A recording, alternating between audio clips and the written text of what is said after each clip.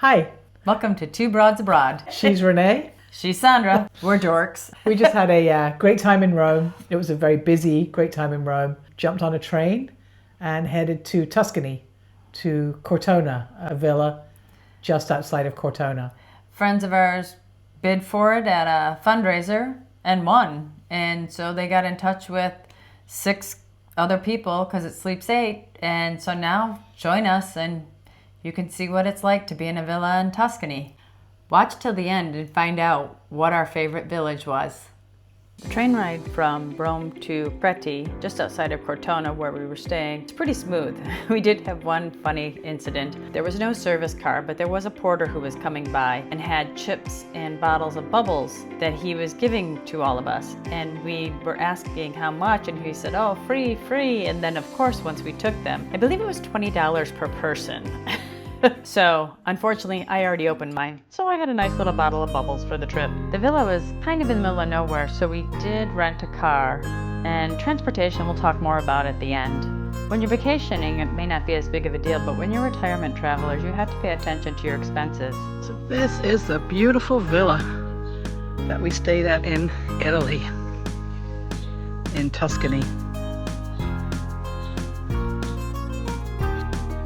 Outside of Cortona, which is just beautiful.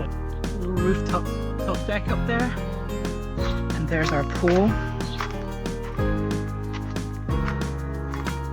There's a lemon tree,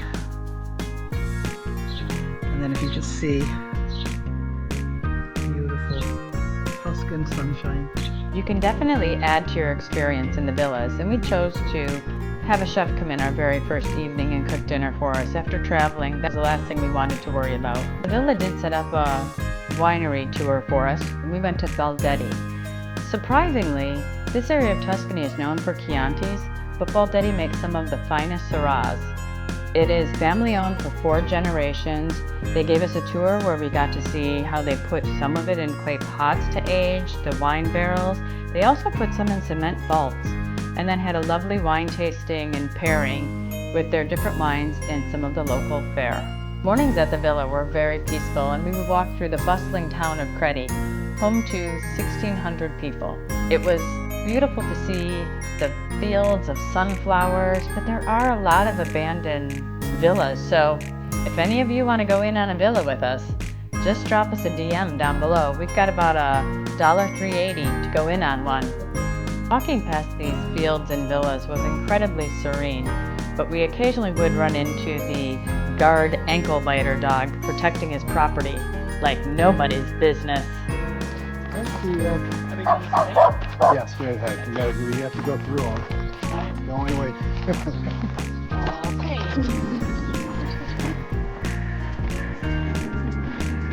You told us. The villa also organized a pasta making class, and they sent over the lovely Sophia, who showed us from scratch how to make pasta.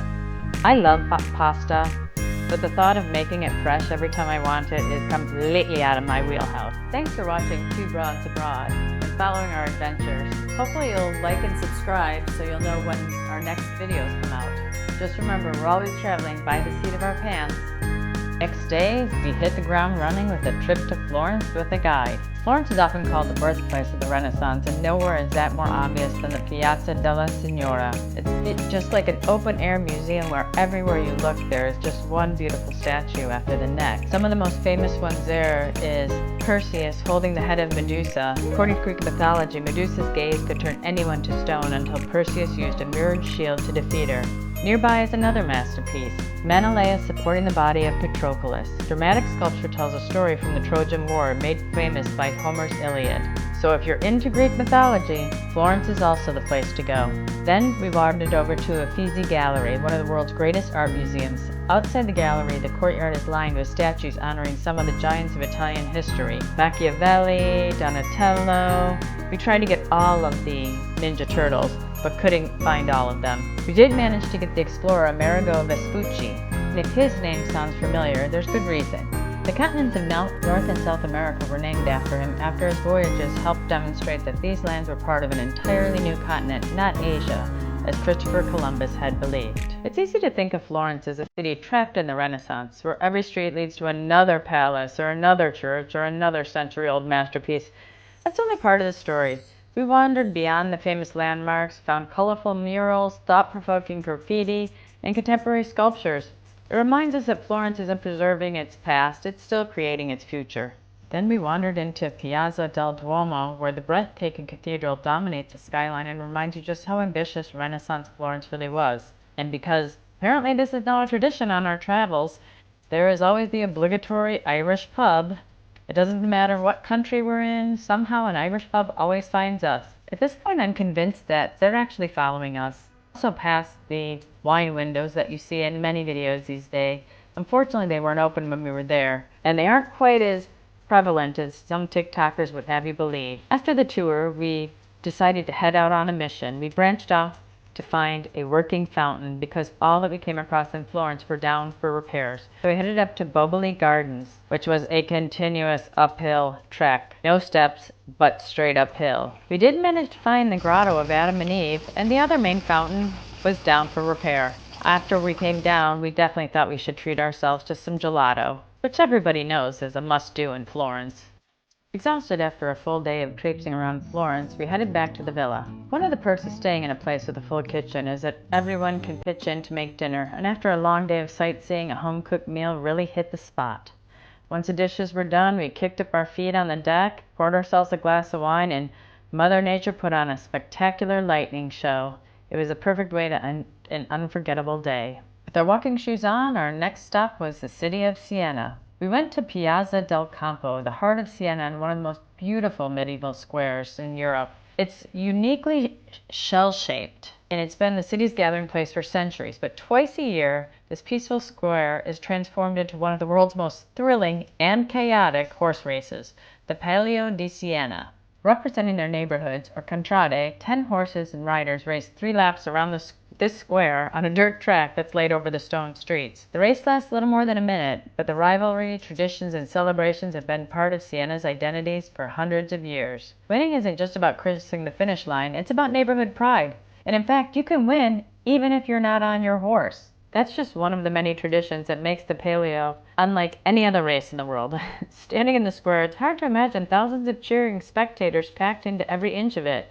For 2 unforgettable days each summer, that's exactly what happens. We actually were even lucky enough to go past a couple of the horse stables. Usually a highly guarded area when you're getting closer to race season. Then it was off to explore some of Siena's magnificent churches, and honestly, who better to follow than a couple of nuns? We figured they'd probably knew where they were going. One stop we definitely didn't want to miss was the sanctuary of St. Catherine of Siena. St. Catherine was one of Italy's most influential saints, known for her faith, her writings, and even convincing the Pope to return from France to Rome in the 1300s. I also found it very interesting. The sanctuary houses 2 of her most famous relics, her preserved head and one of her fingers. After that, we decided to go on a little scavenger hunt of our own. Siena is divided into 17 historic neighborhoods called contrade. Each one has its own emblem, and everything from a snail to a giraffe or a unicorn. So naturally, we turned it into our own Siena Pokemon hunt, searching the city for as many contrada emblems as we could find. By the end of the day, we tracked down 12 of the 17. Not bad for 2 broads wandering medieval streets. We'll happily give ourselves a nice pat on the back. You know, these broads then celebrated with a nice Aperol spritz at a little cafe we came across. Then your weary travelers were headed back to their villa for a good night's rest. For our final day in Tuscany, we headed back to Cortona, the hilltop town closest to our villa. It was also the perfect excuse to practice our newfound drone skills. Emphasis on practice. Let's just say we're still learning. With only about 2,000 people living inside its medieval walls, Cortona moves at a much slower pace than Florence or Siena. It's the kind of place where you can wander without an agenda and discover something unexpected around every corner, up every hill, down every set of stairs. Just remember, none of this is flat. Although Cortona is proudly medieval, it isn't stuck in the past. We spent time browsing several contemporary art galleries, including the work of local artist Radicati, proving that creativity is still very much alive within these ancient walls. As if that wasn't enough, the town was also hosting a violin festival during our visit. Every year, the Nume Academy Festival is produced in Cortona. Music drifted through the piazzas, giving the entire town an energy that felt both timeless and wonderfully current. And of course, this is Italy, so there are churches. You know, you really can't swing a cat by the tail in Cortona without hitting a church. One of our favorites was the Church of St. Nicholas. Above the altar hangs a remarkable painting that can actually be opened electronically to reveal the reverse side. Originally, it wasn't a painting at all. It was a processional banner, so both sides were meant to be seen. It's a fascinating blend of centuries-old artwork with a little modern technology. The church also houses an enormous sculpture of Christ praying in the Garden of Gethsemane. Every Good Friday, the statue is carried through the streets of Cortona in a moving procession that has been part of the town's tradition for generations. From there, we found ourselves following a group of Franciscan nuns through Cortona's winding streets because really, who better to follow when you're looking for churches? This led us to the tiny church of San Cristoforo, one of the oldest churches in the city. Its roots date back to the 12th century. Although much of the church was rebuilt after a fire in the 1500s, one remarkable treasure survived, a 14th century fresco depicting the crucifixion, the Annunciation, and the Ascension. It's one of the few remaining pieces of the church's original medieval decorations. Looking up, you'll also find a beautifully restored pipe organ built in 1856 by Giovanni Banci, a reminder that this small church has been filled with music as well as history for generations. One thing I found interesting, amusing, was that when you walk in the church, there is a box, and if you put €1 in it, you get that music piped in and the lights turn on. Starting with a villa with 8 friends, old and new, to world-class art in medieval streets, to wine tasting, hidden churches, and even a little drone practice, Tuscany gave us memories we'll be talking about for years. So that was Tuscany. That was something. It was so lovely. And staying at the villa was nice. We're retirement travelers and not vacation travelers. It makes it not It so was economical. expensive. Yeah, it was definitely expensive. It was remote. That was probably the biggest issue. Yeah, it was remote. It was beautiful. I mean, getting up in the morning and going to walk and seeing sunrises, and we learned how to fly the drone and did some things, but There were no restaurants yeah, there was that we nowhere. could walk to, no local to go and have a drink. Yeah. So we had to rent a car. As you saw, it was just over $800. And it was a small car. And that was fine for 8 people, not to drive in, fine for 8 people to pay for.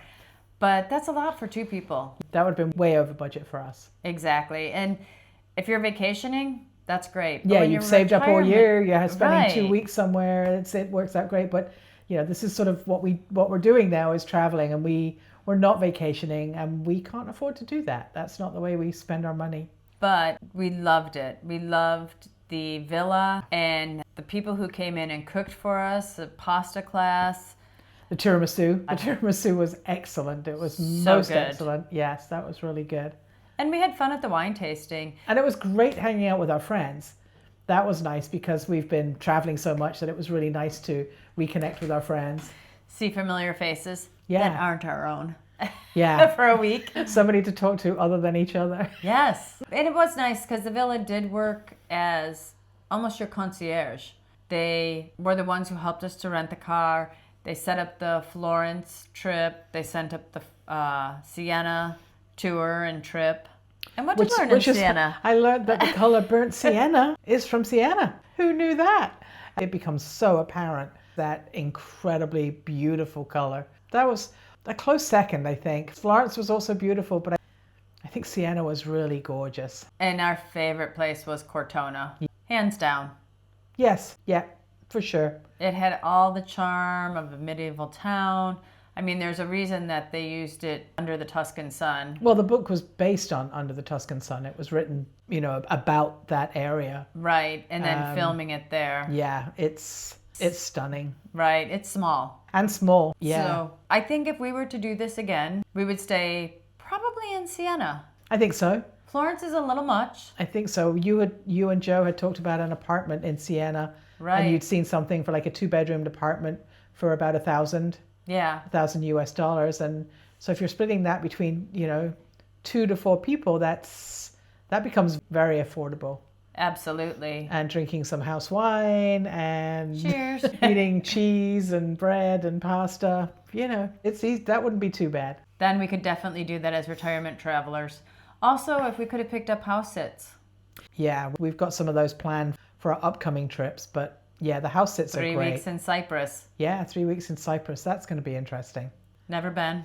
No, never been. But next, we're heading to Albania. Yes. So we'll let you know how that goes. You're following two broads abroad. Traveling by the seat Seat of our pants.